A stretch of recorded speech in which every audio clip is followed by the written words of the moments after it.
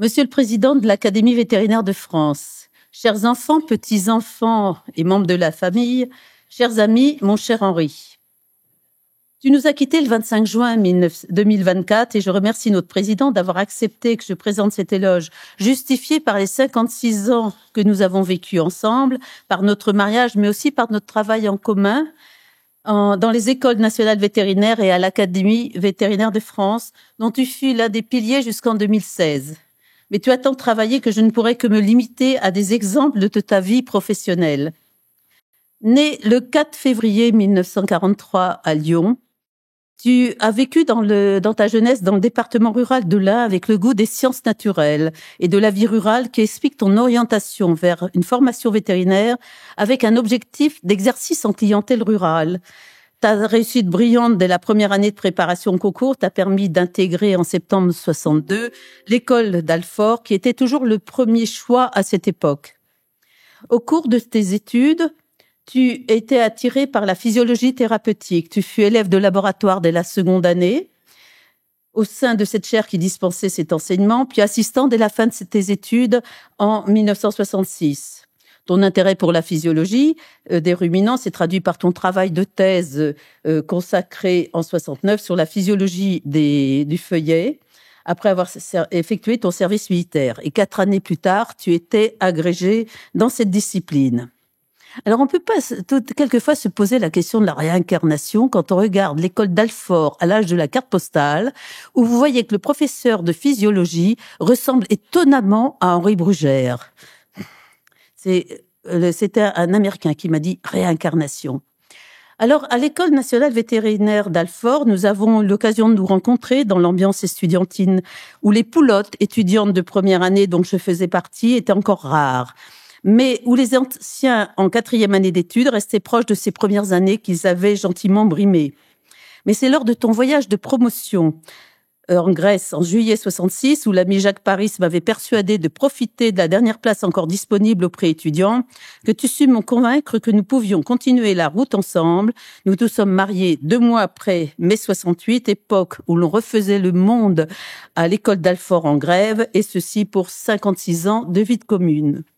Comme tu l'as souligné dans ton discours de réception à l'Académie en 1990, nous formions, par la complémentarité de nos disciplines respectives, une association qualifiée de potentialisatrice, pour employer un terme, de pharmacologue. En tant qu'enseignant, tu as bien sûr évidemment traité des différentes matières couvertes par la chaire, la physiologie générale et orientée vers les applications vétérinaires, la pharmacologie avec une connaissance extrêmement précise des mécanismes d'action et des effets indésirables de chaque principe actif dans chaque espèce, et la thérapeutique réunissant dans une synthèse pratique toute la physiologie, la pharmacologie et ton immense culture médicale, résultat de ta pratique clinique, notamment en médecine rurale. Concernant la protection animale, les préoccupations sociétales t'ont conduit à organiser dès les années 80 des mini-modules relatifs aux données physiologiques dans ce domaine et à diriger l'élaboration de 2 numéros spéciaux du recueil de médecine vétérinaire d'Alfort, consacrés respectivement à la douleur avec Daniel Lebar et au stress. Tu ne fus pas seulement un excellent professeur, car responsable de la chaire en 1990, tu as été aussi un patron attentif à favoriser la promotion des personnes dans ton service, qu'il s'agisse des enseignants et du personnel technique, ceci sans jamais aucune discorde. En premier lieu, tu as décidé de parier sur l'avenir, quitte à assumer pendant quelques années un surcroît d'activité. Tu pris l'option d'assurer la majeure partie de l'enseignement théorique pour décharger au maximum tes collaborateurs pour permettre à la plus avancée, Hélène Combrisson, de développer l'enseignement relatif à la protection animale et pour les 2 plus jeunes, Laurent Tiret et Fanny Pilostork, d'effectuer leur formation universitaire tout en se chargeant de l'enseignement pratique. À cette époque, il faut noter la réduction drastique du volume de la matière enseignée décidée par une réforme que tu as qualifiée de purement et simplement désastreuse, et c'est pourquoi tu as rédigé des polycopiés très complets pour compléter cet enseignement reposant sur le travail personnel de l'étudiant. Face à la nécessité d'un enseignement spécialisé en médecine vétérinaire sur les sciences de l'animal de laboratoire. Ton projet de recrutement d'un professeur en sciences animales et méthodologie expérimentale a été accepté et confié à ta collaboratrice Hélène Combrisson. Confronté dès les années 60 à la question d'expérimentation sur l'animal, tu as toujours conservé une position ferme à l'encontre des démarches visant à supprimer le recours à l'animal. Tu as aussi permis la création à l'école d'Alfort d'un poste de professeur d'éthologie dont le premier titulaire fut Bertrand Depute, membre de notre académie. Comme l'ont évoqué Hélène, Laurent et Fanny, au détour d'un oral d'examen, nous pouvions parfois entendre votre rire fusé, soudain, cristallin et spontané. En nous retournant, nous vous apercevions, la tête penchée vers l'avant, les mains dans le dos, sincèrement amusés par l'invention cocasse d'un étudiant qui avait tenté une réponse à une question qu'il ne maîtrisait pas. Vous preniez souvent ainsi ces lacunes avec humour, parfois avec gravité, mais jamais avec mépris pour l'étudiant ni condamnation péremptoire. Et chaque étudiant qui a eu l'occasion de vous côtoyer de plus près savait pouvoir compter sur une oreille attentive.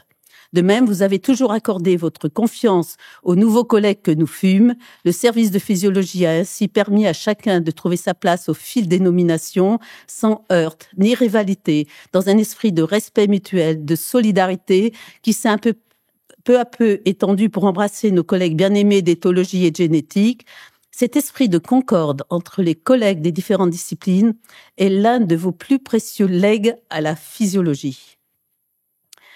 De 1996 jusqu'en 2002, ton poste de chef de département des sciences biologiques et pharmaceutiques, que j'avais choisi de rejoindre, fut aussi une charge importante, tant tu étais seul à devoir gérer de multiples problèmes avec l'administration de l'école ou certains collègues, mais tu as quand même récidivé pour un second mandat avec la même exigence, recherchant à résoudre sereinement chaque problème rencontré dans un esprit de respect mutuel et de solidarité.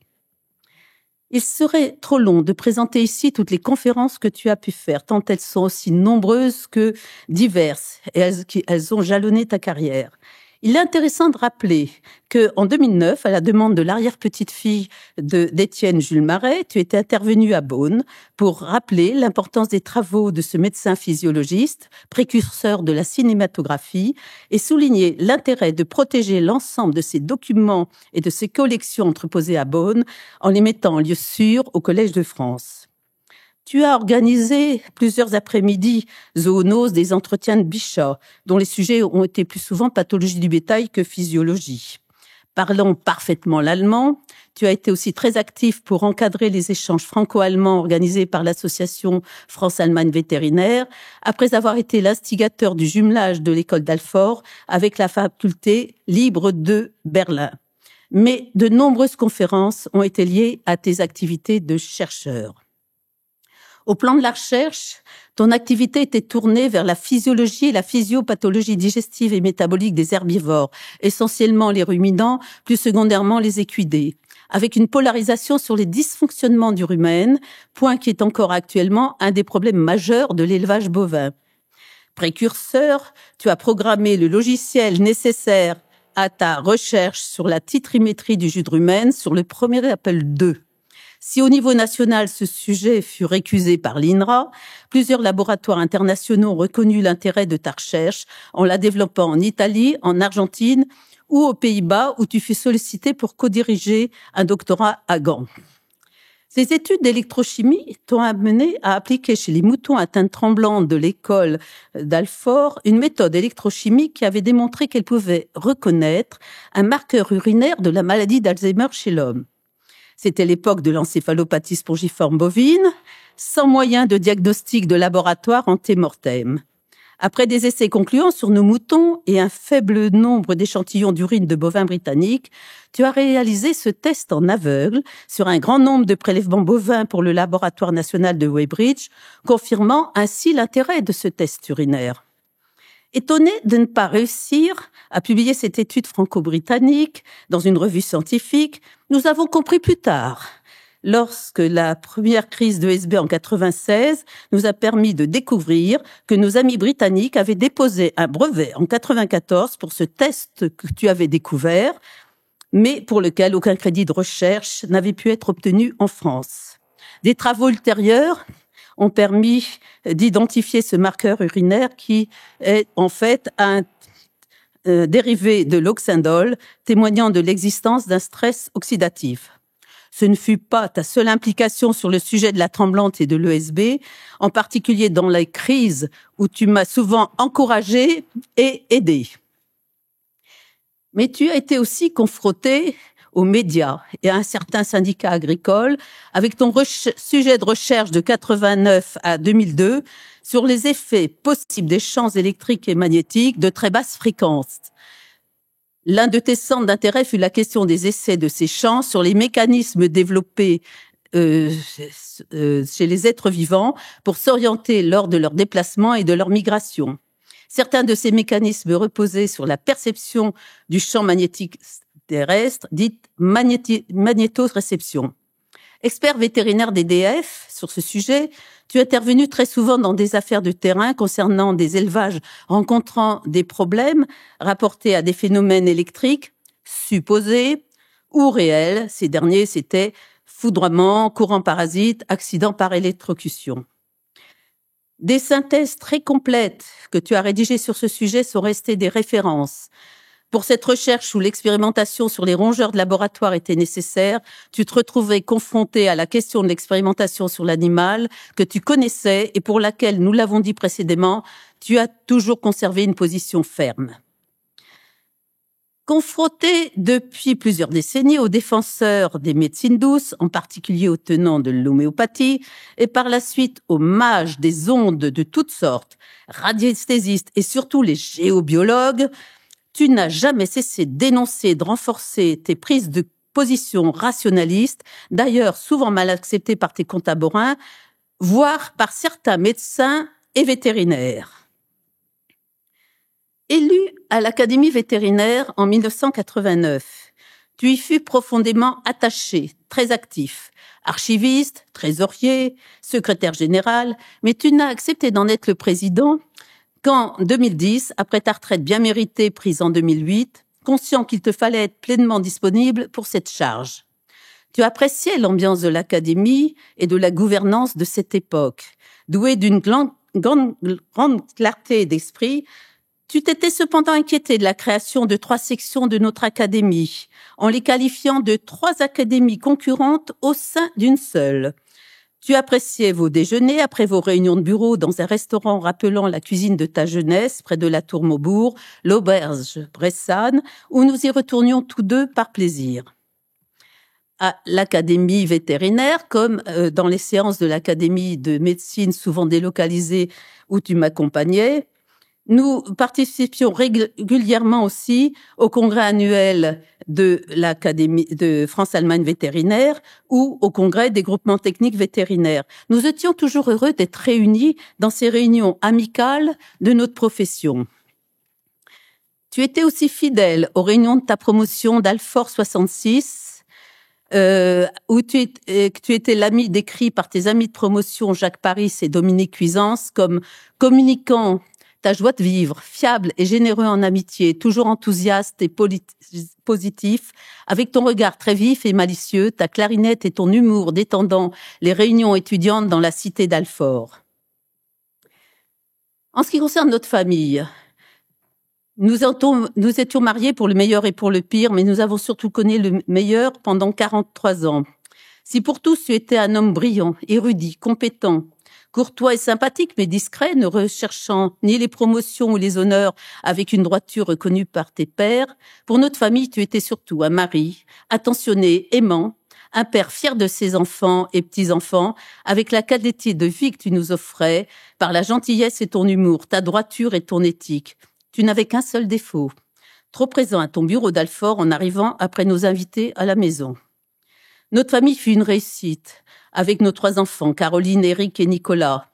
Père très proche de tes enfants lors de mon départ forcé à l'école de Lyon pendant plus de 7 ans, tu fus, comme t'ont nommé tes collègues de physiologie, le papa poule, qui a dû gérer mon absence certains jours de la semaine jusqu'à mon retour à Alfort en 1988.